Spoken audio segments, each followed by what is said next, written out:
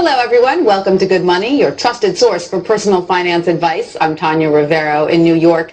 Ever wonder what it would be like to work from home? With advances in technology, more and more people are looking for home-based jobs that could easily give them the flexibility of setting their own hours and perhaps find a better work-life balance. It enables you to run your own business, be your own boss, but with the backing of another company that's there because you're selling their products or their services. Wouldn't it be nice if your commute consisted of stepping to the kitchen for a cup of coffee, then into your home office? Well, thanks to the internet, plenty of people do it daily. Best commute in town. Very short. Takes me about 30 seconds. We get to choose our own hours. It allows me to have the flexibility to do things with my wife and my daughter. So there are real work-at-home jobs out there. There is opportunities to work at home. You just need to find out what type of an opportunity you're best suited for and research it and pursue it. For Money Talks, I'm Stacy Johnson. It's an automated way to make money on the internet. So, how does it work? And why would you share it with somebody? This is exactly how this works. All right. So you've got these big Fortune 500 companies, household names, companies with household names, right, they have a lot of money allocated to advertising. And you see this every day. You turn on your TV, you see advertising. You turn on the radio, you hear advertising. Print magazines, all this stuff. Well, these companies have big advertising budgets and they allocate it in different places. One of the places that they allocate it is to the internet. They have a large portion of their budget set aside to advertise online. And so what I did was I went to them and I said, look, would you pay me to advertise for you? Would you pay me if I send you a customer? They said, yeah, it made sense. Think about it. They pay me only if I send them a customer. It's results-oriented. Right. It's performance-based. It made a lot of sense to them. Instead of paying to be seen, they're paying for customers, right? So they allocate a large portion of their budget to advertising this way. And what I do is I go promote these companies. I don't have to work against them. I don't have to build a business and try to compete with these monster companies. I work with them. They've already got it going. Right. I'm helping them. I send them customers, and in turn, they send me a check. They pay me for sending them customers. So they're elated. You know, when they get a new customer, they're excited. They don't mind paying me. Hey. Don't ever let somebody tell you you can't do something. Not even me. All right? You got a dream, you got to protect it. People can't do something themselves. They want to tell you you can't do it.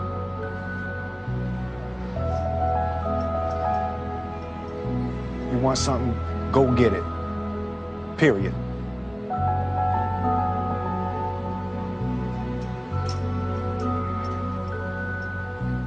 Let's go.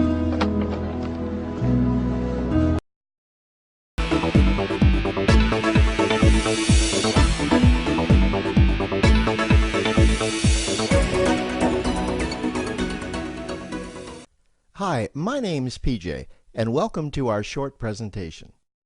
Have you ever wondered how the rich keep getting richer while broke people stay broke and the middle class seems to be shrinking? Well, this isn't nearly as mysterious as it may appear when you examine the specific differences in how broke people, the middle class, and the rich spend their money. Now, this is such a simple concept, yet so profound, it nearly knocked me out of my chair when I finally understood it. I'm going to show you exactly how the rich spend their money, and you can evaluate for yourself why they keep getting richer and the broke keep getting broker, and why the middle class remains so stressed out.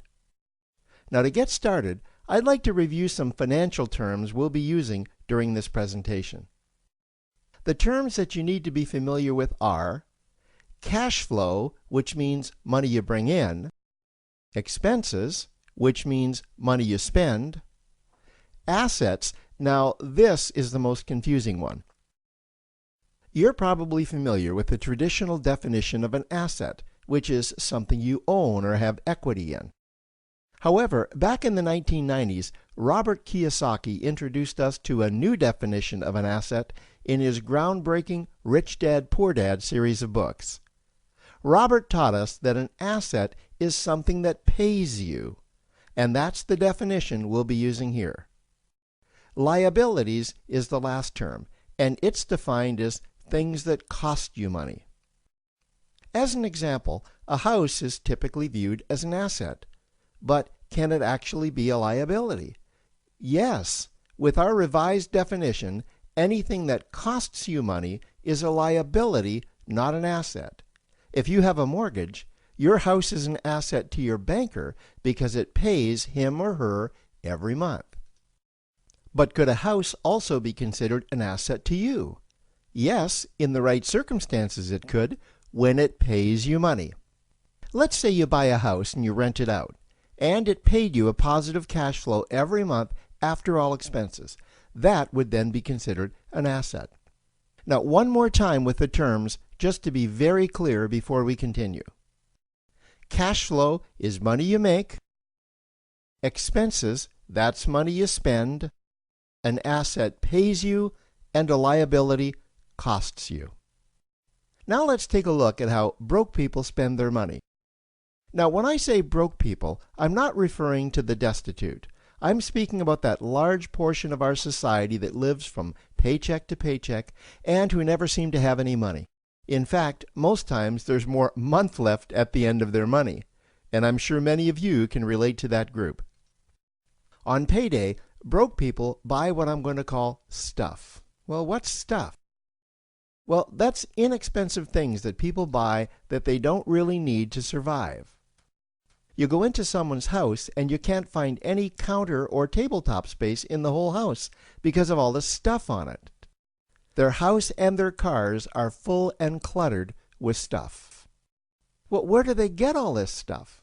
They buy it at the flea market, at the garage sale, at the dollar store, at the craft show. So cash flow comes in and then it goes straight out the expense column to buy stuff. You see, broke people never really educate themselves on assets and liabilities. They justify buying all of this stuff by claiming that it costs so little. But over the years, it's all they ever have. The problem is their cash flow never produced or created more cash flow. Now, please understand, I'm not undermining or taking any shots at this or any group. I just see a lot of financial difficulty out there, and it really doesn't need to be that way. Creating wealth isn't a mystery, it's a formula. The only reason someone doesn't create wealth is because they either don't know the formula or they don't apply the formula. Now let's take a look at the middle class. The middle class is the group that society mistakenly thinks are rich. They're not. Yes, they typically earn a six-figure income, and many of them appear rich, but it's what they buy with their money that keeps them prisoners of the middle class. What they typically buy are liabilities. Remember the definition of a liability? Things that cost you. By buying liabilities, the money gets pushed up and out their expense column. Liabilities are items like cars, boats, houses, airplanes, credit card debt. Now let's see just how this happens. The middle class gets a nice paycheck, let's say $10,000 for the month. They then split that down the middle and they pay their monthly expenses with half, and with the other half, they make a down payment on a new car. The car costs $5,000 down, and after they add on the insurance and the maintenance, that liability now costs $1,100 new dollars every single month. A few months go by, and they want a boat, then a vacation home, a Rolex watch on their credit card, a vacation on their credit card. And before you know it, their liabilities have raised their expense levels to near or above their income levels. They actually spend equal to or more than they make. Meaning that they have to go to work and make a certain amount of money every single month just to cover their liabilities. The other important issue with both broke people and the middle class is that normally all of their cash flow is dependent on their own effort, meaning that they've educated themselves to exchange their knowledge and expertise for someone's money. Also, the money they earn is usually the highest taxed form of income. Here's an example. An attorney is knowledgeable about law, so people pay him or her in exchange for that knowledge on an hourly basis. The problem here is that if the attorney isn't sharing that knowledge with a client, then the attorney isn't making any money. This causes lots of stress and anxiety in their lives. And if you ever ask them to take an afternoon off to play golf with you, well, they very rarely can because of how much money it'll cost them to take that time off. On the surface, life's pretty good. The reality is that it's a roller coaster ride. That's the middle class. Now, I know this group very well because for a great deal of my adult life, that was me. Now let's take a look at how the rich people spend their money. Rich people acquire assets. Again, an asset is something that pays you. If you want to become rich, buy assets that earn you more money. The money cycle looks like this. Acquire assets that produce cash flow, invest the profits to acquire more assets that produce more cash flow, invest those profits to acquire more assets that produce more cash flow. The rich spend their money and acquire things that produce more money. Here are a few examples of assets that produce more money. Investments are the obvious ones: stocks, bonds, real estate. Education is another asset. If you learn how to do something that produces more money for you and you actually do it, that's buying an asset. There's a great quote that goes, "If you think education is expensive, you should see how expensive stupidity is." Another example of assets you can acquire that pay you are cash-generating opportunities, especially those opportunities that can create a passive cash flow. Passive meaning that once you build it up, the money continues to flow whether you're still building it or not. Here's a small example. Let's suppose you bought a pinball machine and you put it in a barber shop, and you don't spend any of the profits. You save them until you can buy another pinball machine and put it in another barber shop. This, by the way, was Warren Buffett's first business. If you don't know who Warren Buffett is, he's one of the top 2 richest men in America. The rich are extremely eager to find those passive cash-generating opportunities because those opportunities continue to pay them month after month, year after year, long after they've stopped working the opportunity. You know, I see this happen again and again with successful entrepreneurs. They find a passive cash flow stream that they build up, and it continues to pay them month after month, year after year. They then take those profits and multiply them in another passive cash-generating opportunity, and then again in another.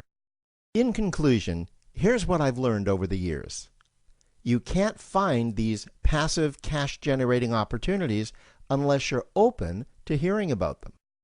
Then, once you find them, you must be willing to see what fits you and then act. Now, the reason I say this is that I once answered a hokey little ad that I ended up generating 7 figures from, simply because I answered that ad and then took action. These opportunities are out there, you just need to find them. You also must be opportunistic enough that when the right situation does present itself, you don't miss it. So remember, broke people buy stuff, the middle class buy liabilities, and the rich acquire assets, preferably cash-generating opportunities that can create passive cash flow. They then take that cash flow and invest it in another asset that produces more cash flow. That's the wealth creation formula. Now, I trust you found this introductory information helpful. Now, to learn about one of the greatest cash-generating machines on the planet, click on the link below to proceed to step 2. After I had my son, I just never saw him anymore. I was giving him to the babysitter before dawn and picking him up after dark. So Patty found a way to work from home, because working from home gives her the time to raise her 4-year-old son and 2-year-old daughter. I think it's the best of all worlds because you do get to spend your life with your kids. I just love to talk with my kids I love to see them develop. Advice for other moms who want to get into a work-at-home business? Research and just take a look and keep your mind open to find a different opportunity.